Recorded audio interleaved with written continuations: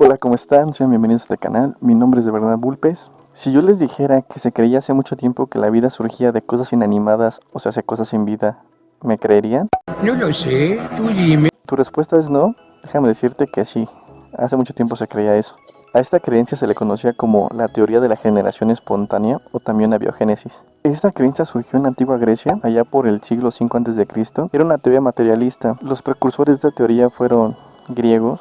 Unos de ellos son Anaximandro, Tales de Mileto, Genófanes y Demócrito. ¿Pero qué pensaban estos griegos sobre cómo surgía la vida? Pues ellos creían que la vida podía surgir del lodo, del agua de mar, del rocío, de materia en putrefacción, o incluso llegaron a pensar que podía surgir la vida de la unión de los 4 elementos fundamentales, que son el agua, el aire, el fuego y la tierra. Entre todos los griegos encontramos uno más importante, un puedo decir más destacable, es Aristóteles. Sí, es Aristóteles que todos conocemos. ¿Pero quién era Aristóteles? Aristóteles era discípulo de Platón y maestro de Alejandro Magno. Él postuló que el origen espontáneo de algunos animales como son gusanos, insectos y peces, él decía que surgían a partir de rocío, sudor y humedad. Pocas palabras. El proceso era el resultado de la interacción de la materia no viva con fuerzas capaces de poder dar vida. A esta fuerza se le conocía como entelequia. Lo que mencionamos anteriormente es considerado nada más como lo precursor, ¿ok? Lo de antes. Esas son como las bases de la generación espontánea, ¿ok? Si no fue hasta el año 1667 cuando el médico holandés llamado Johan B. van Helmont, él escribió un libro llamado Hortus Medicine, en el cual proponía varias recetas para la creación espontánea de ratones. Algo así se creía como Ratatouille, ¿no? Creando platillos, pero en lugar de platillos creaba vida. Él mencionaba que los piojos, pulgas, garrapatas y gusanos eran nuestros huéspedes y vecinos, ¿sí? Y que surgían de nuestras entrañas y de nuestra... Así es lo que él decía, ¿eh? No lo digo yo, él lo decía. Bueno, o lo que se lee que decía. ¿Cuál es esa receta tan controversial que empezó a dar hincapié a lo que se conocería como una pequeña batalla intelectual entre varias mentes brillantes? Que era para empezar a refutar esa teoría o aceptarla. Pero ¿cuál es esta receta que él creó en su libro? Bueno, esta receta mencionaba que si tú tomabas una ropa interior sucia y sudorosa y le agregabas un poco de trigo y lo metías en un frasco de boca ancha y si lo dejabas reposar después de 21 días, el olor cambiaría, ¿sí? Y penetraría lo que es el trigo, haciendo que el trigo se transformen en ratas. Estas ratas podrían tener ambos sexos y se podrían reproducir con ratas que nacieron por reproducción sexual. Pues esta teoría, o por decirlo así, esta receta causó un gran debate entre varias mentes brillantes. Fue lo que inició la mechita. Estas recetas de Van Helmont fueron replicadas por otros científicos, que unos apoyaban su teoría de generación espontánea y otros no. Tal es el caso del médico italiano llamado Francisco Redi.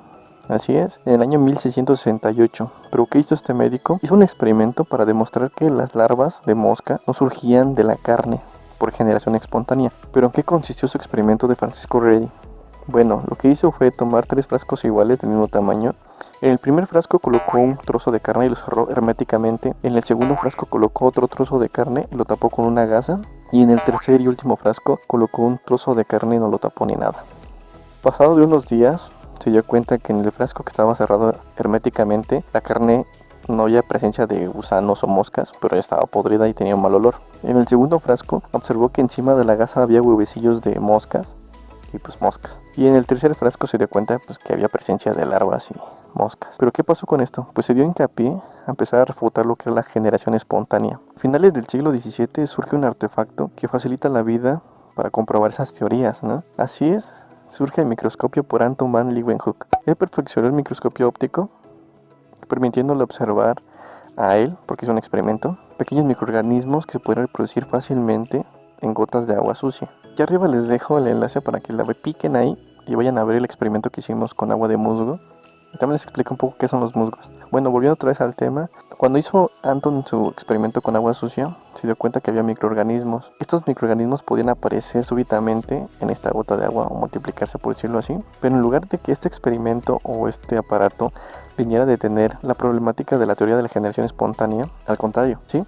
Dividió los bandos de los abiogenistas que creían en la generación espontánea y los científicos biogenistas que creían en que los seres vivos surgían de otros seres vivos, o sea, sus progenitores. Una de las confrontaciones más relevantes, porque son varias, es entre Needham y Spallanzani. ¿Pero quién son ellos y qué hicieron? Bueno, vamos ahí. En 1750, John Tuberville Needham presentó sus resultados de sus experimentaciones, ¿sí? ¿Pero qué hizo en esos experimentos? Lo que hizo fue tomar botellas en las cuales agregaba caldo nutritivo y les calentaba por 2 minutos. Posteriormente las sellaba con un corcho y parafina. Esto era para evitar contaminación. Los dejaba reposar.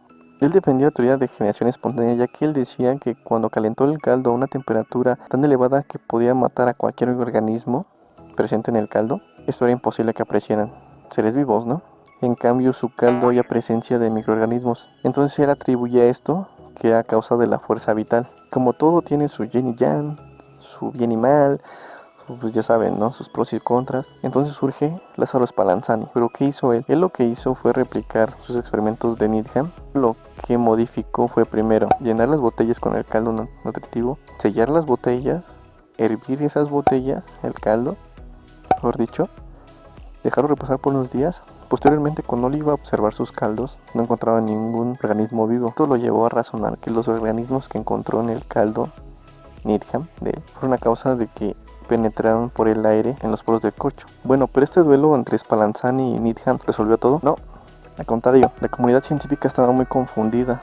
Entonces pues era así como de, oye, pues no manches, ¿cómo lo hacemos, no? No fue hasta otro enfrentamiento teórico entre Félix Archimede Pauchet y, así es, alguien que ustedes conocen cuando toman leche o algún juguito en cartón, ¿sí? Louis Pasteur. ¿Les suena, no? Pasteurización, ¿no? Bueno, Félix Archimede Pauchet en 1859 publicó una obra científica llamada Heterogenia. Esta obra vino a echarle más leña al fuego, claro, porque él defendía la generación espontánea. Bueno, pero ¿qué decía? Él decía que la generación espontánea era uno de los métodos utilizados todavía por la naturaleza para la creación de seres vivos. Esto todavía vino a confundir un poco más, ¿no? A la comunidad científica y a personas, porque hay personas que creían en eso, ¿no? Y pues dicen que aún siguen creyendo en generación espontánea. Algunas personas dicen, la verdad, pues yo no he conocido a una persona que crea en eso, entonces pues va. Bueno, yo creo que cansados de tanta confusión, de tanto tira y jala, ¿sí? Entre si sí es cierto que la generación espontánea es real o no es cierto. Bueno, la Academia de Ciencias en Francia instituyó un premio llamado Alhumpet, en el cual participó Pauchet y Pasteur. Bueno, para todo esto tenemos a nuestro Salvador, ¿sí? Louis Pasteur. Pero ¿qué hizo este hombre? Él estaba convencido de que la generación espontánea era falsa y no estaba de acuerdo con los experimentos de Pauchet. Él decía que la pudrición de los caldos nutritivos era causa de microorganismos provenientes del aire. ¿Y cómo demostró esto? Bueno, él lo que hizo fue realizar o creó unos matraces con cuello de cisne. En él colocó caldo nutritivo y lo hirvió hasta esterilizar.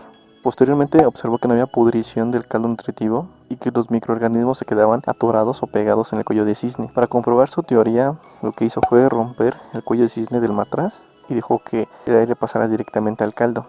Y observó que, efectivamente, como no había una barrera, por decirlo así, el caldo rápidamente se entraba en pudrición. Con este experimento, por fin la comunidad científica dio un descanso, ¿no? Ya que, pues, con esto se desechó la teoría de la generación espontánea y él ganó el premio en el año 1864.